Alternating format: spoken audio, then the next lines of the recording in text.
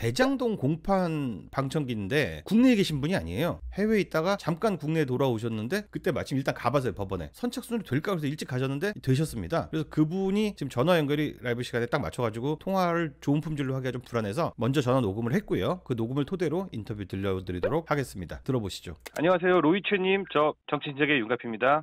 예, 안녕하십니까. 로이최님께서 대장동 재판 예. 공판에 다녀오셨다고 들었는데요. 그게 어느 시점이고 예. 어떻게 하다가 이걸 방청하게 되셨습니까? 예, 그 10월 21일에 대장동 사건 2차 공판이었습니다. 그래서 원래 법원 방청은 추첨 제도라서 좀 어려움이 있을 것으로 알았는데 네네. 지금 상대적으로 그렇게 인기가 높지 않은지 선착순으로 하더라고요. 그래서 들어갈 수 있었습니다. 이 10월 21일이면 유동규가 태도를 전향하기 직전으로 아는데 이때 혹시 태도를 전향할 것 같다 뭐 이런 기미가 좀 있었나요? 그 오전 신문을 보고 나왔는데 그때는 이 유동규가 직접 발언을 하지는 않았는데 이제 그날 정영학 회계사가 증인으로 출석했습니다. 그래서 유동규 측 변호사가 질문을 하면서 좀 그런 변화를 느낄 수 있었는데요. 그 민간 사업자 선정 과정의 그 특혜 증거에 대해서 유동규에게 특혜가 가게 했냐. 근데 이게 윗선이 있었냐라고 계속 물었고 정영학은 처음에 기억이 안 난다 이렇게 했는데 유동규 변호사가 계속 물어보는 거예요.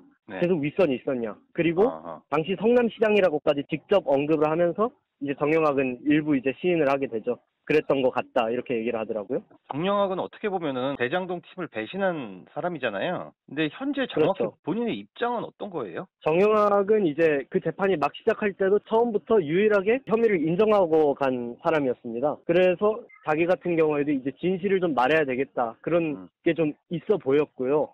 아무래도 유동규 측 변호사들이 계속 추궁을 하니까 결국 윗선이 있었다 이렇게 얘기를 하더라고요. 그래서 유동규 같은 경우에는 이제 이재명이 져야 할 죄까지 지진 않겠다 뭐 이렇게 인터뷰에 말했잖아요. 그렇습니다. 근데 그 변호사들이 그 얘기에 좀 부합한 그런 신문을 한 것 같습니다. 일단 여기 등장인물들이라든가 이 재판 개요 같은 것에 대해서 간단하게 얼개 좀 설명해 주시겠어요? 예, 이 재판은 이 대장동 사건 재판인데요. 민간 사업자를 선정하는 과정에서 특혜가 있었는지 금품 로비 의혹, 뇌물 사건이죠. 피고인은 일단 4명인데 유동규, 남욱, 그다음에 김만배, 그다음에 이날 증인으로 출석한 정영학까지 이 4인방이 결국에는 그 600억이 넘는 택지개발 배당 이익하고 1000억이 넘는 시행이익을 화천대유한테 몰아줬던 의혹인데요. 유동규가 김만배로부터 돈을 받고 그다음에 남욱하고 정영학으로부터 유동규가 또 돈을 받은 그런 의혹이죠. 이번 재판에서는 그 개발 계획 이런 거에 대해서 집중적으로 추궁을 하더라고요. 그날 뭐 오전 공판을 제가 요약해달라 그러면 좀 힘든 얘기고 일단 거기서 받은 인상 비평들 있잖아요. 인물들의 태도라든가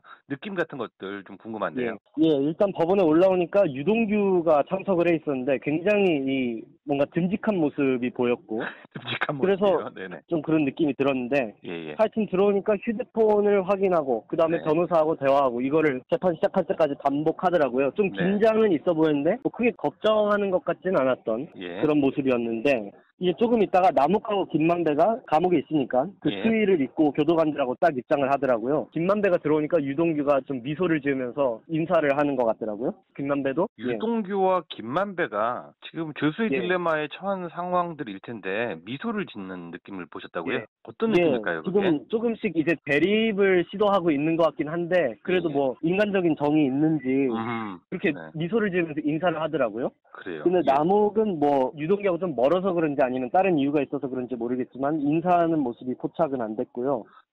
아니 원래 녹취록을 보면은 남욱하고 유동규하고 굉장히 가까운 사이였는데 또 뭔가 또 우리가 모르는 일이 있는 모양입니다. 그래서 이제 그 재판을 하다 보니까 이제 김만배하고 남욱하고 둘 다 감옥에 있는데 완전 상반된 반응을 보이더라고요. 김만배 같은 경우에는 이제 재판이 시작하니까 막 펜만 돌리고 그다음에 가끔씩 졸고 변호사가 옆에서 귓속말을 해도 그냥 끄덕끄덕 정도지 뭐 대답을 한다거나 이런 게 전혀 없었고요. 완전 오전 내내 무건수행을 했다 이렇게 보면 되는데 굉장히 교도소 생활이 좀 힘들구나 이런 생각이 좀 들었습니다. 김만배는 여유가 있어서 조는 듯한 느낌이었어요? 아니면은 힘들어서 지친 듯한 느낌? 여유가 있어서 조는 건 아니고 펜을 돌린다든지 이런 걸 보면 굉장히 긴장감이 역력한 그런 모습이어서 뭐 여유롭다라는 느낌은 별로 들지 못했습니다. 아, 그런가요? 그래서 재판에 어쨌든 집중하지 못하는 모습. 근데 남욱 같은 경우에는 이제 네. 들어와서 오전 재판이 끝날 때까지 계속 그 양옆에 변호사들하고 깔깔거리면서 굉장히 크게 웃으면서 대화를 하더라고요. 그래서 제가 아예 이 사람 재판받고 있는 거 맞나 이런 네네. 생각도 들었는데 너무 소리가 크게 들리니까 판사가 이제 계속 때려보듯 응시를 하더라고요.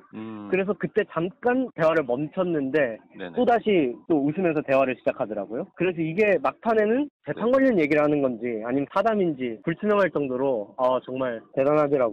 정말 다른 의미로. 각각의 등장인물들이 캐릭터가 다 그렇게 살아있네. 다 다르네요. 예, 캐릭터가 완전 다릅니다. 여유롭게 보이려는 재판 전략일 수도 있는데 네. 판사의 반응을 보면 그렇게 점수를 따진 못한 것 같습니다. 정영학은 그날 증인으로 출석한 거니까 많이 네. 긴장을 하고 이제 오전 내내 변호사 측에서 질문을 하면 정영학만 답하는 그런 네. 구조였는데 말을 굉장히 더듬거리는 그게 많았고요.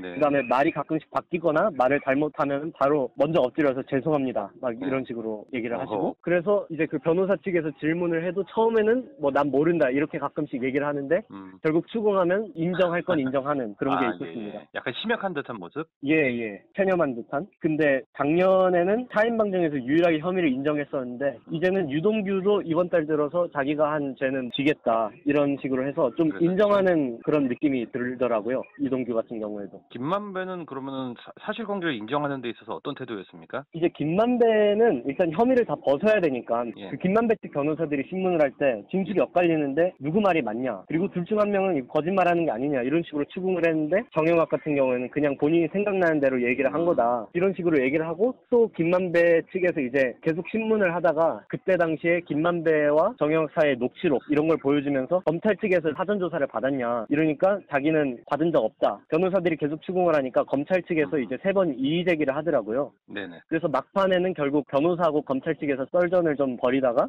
예. 얼마 안 가서 점심시간이 되니까 그 휴정이 된 거죠. 그러면요, 제가 좀 한 가지 질문을 드리자면 이게 4명의 등장인물들이 죄를 윗선으로 돌리는 경향이 있을 것이고 서로가 서로에게 돌리는 경향이 있을 텐데 그게 어느 정도 비율이라고 봐야 되나요? 유동규 같은 경우에는 이제 본격적으로 그 윗선으로 좀 돌리려고 하는 즉 네. 이재명이죠. 그리고 정영학 같은 경우에는 결국 그 사실을 일부 시인을 했고 근데 네. 김만배 같은 경우에는 유동규한테 좀 돌리려는 그런 게 좀 보였고요.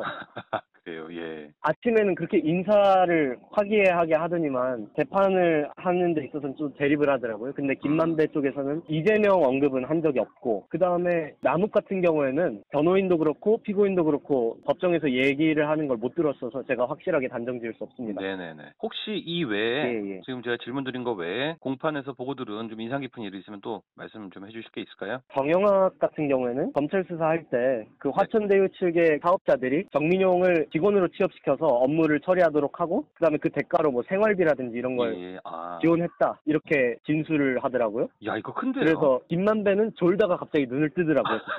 그렇습니까? 그러니까 이 정민용이가 화천대유에서 파견을 보낸 놈이구만요. 그 업체 선정하는 데 있어서 공모지침서 유리하게 써준 그런 역할을 한 게 정민용이고요. 예. 그리고 뭐 저는 오전 재판만 참석해서 딱 변호인 측이 정영학을 신문하는 것만 듣고 나왔는데 오후에는 이 검찰 측에서 정영학을 신문한 걸로 제가 지금 듣고 있습니다. 아, 말씀 잘 들었고요. 예. 정치 신세계는 가끔 보고 들으십니까? 애청자입니다, 제가. 아, 정말요? 아, 감사합니다. 저는 모르는 상태에서 질문 드렸는데 이렇게 말씀해 주셔서 감사하고요.